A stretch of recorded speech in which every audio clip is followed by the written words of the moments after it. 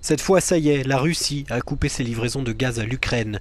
Faute d'un terrain d'entente sur le prix de vente, la compagnie ukrainienne a annoncé ce mercredi qu'elle cessait immédiatement d'acheter du gaz à Gazprom. La guerre de l'énergie entre Kiev et Moscou dure depuis plusieurs années, mais cette fois, plus question pour Alexei Miller d'accorder des réductions. Les livraisons des mois prochains et de la période hivernale dépendront du paiement ou pas par l'Ukraine de son gaz. Gazprom ne va pas envoyer à n'importe quel coût du gaz en Ukraine et sans paiement par avance. Cette interruption ne semble pas inquiéter Bruxelles. 15% du gaz dont a besoin l'Union européenne passe par l'Ukraine, qui a assuré que le transit du gaz acheté par les Européens n'était pas menacé.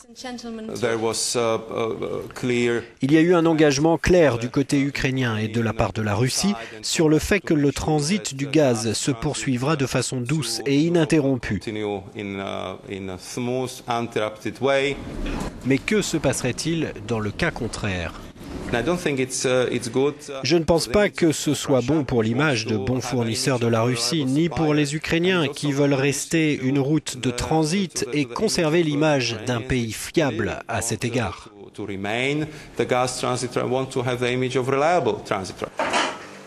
Un membre de la Commission européenne présent lors des dernières négociations a pourtant promis que Bruxelles allait faire des propositions pour relancer les discussions entre Russes et Ukrainiens.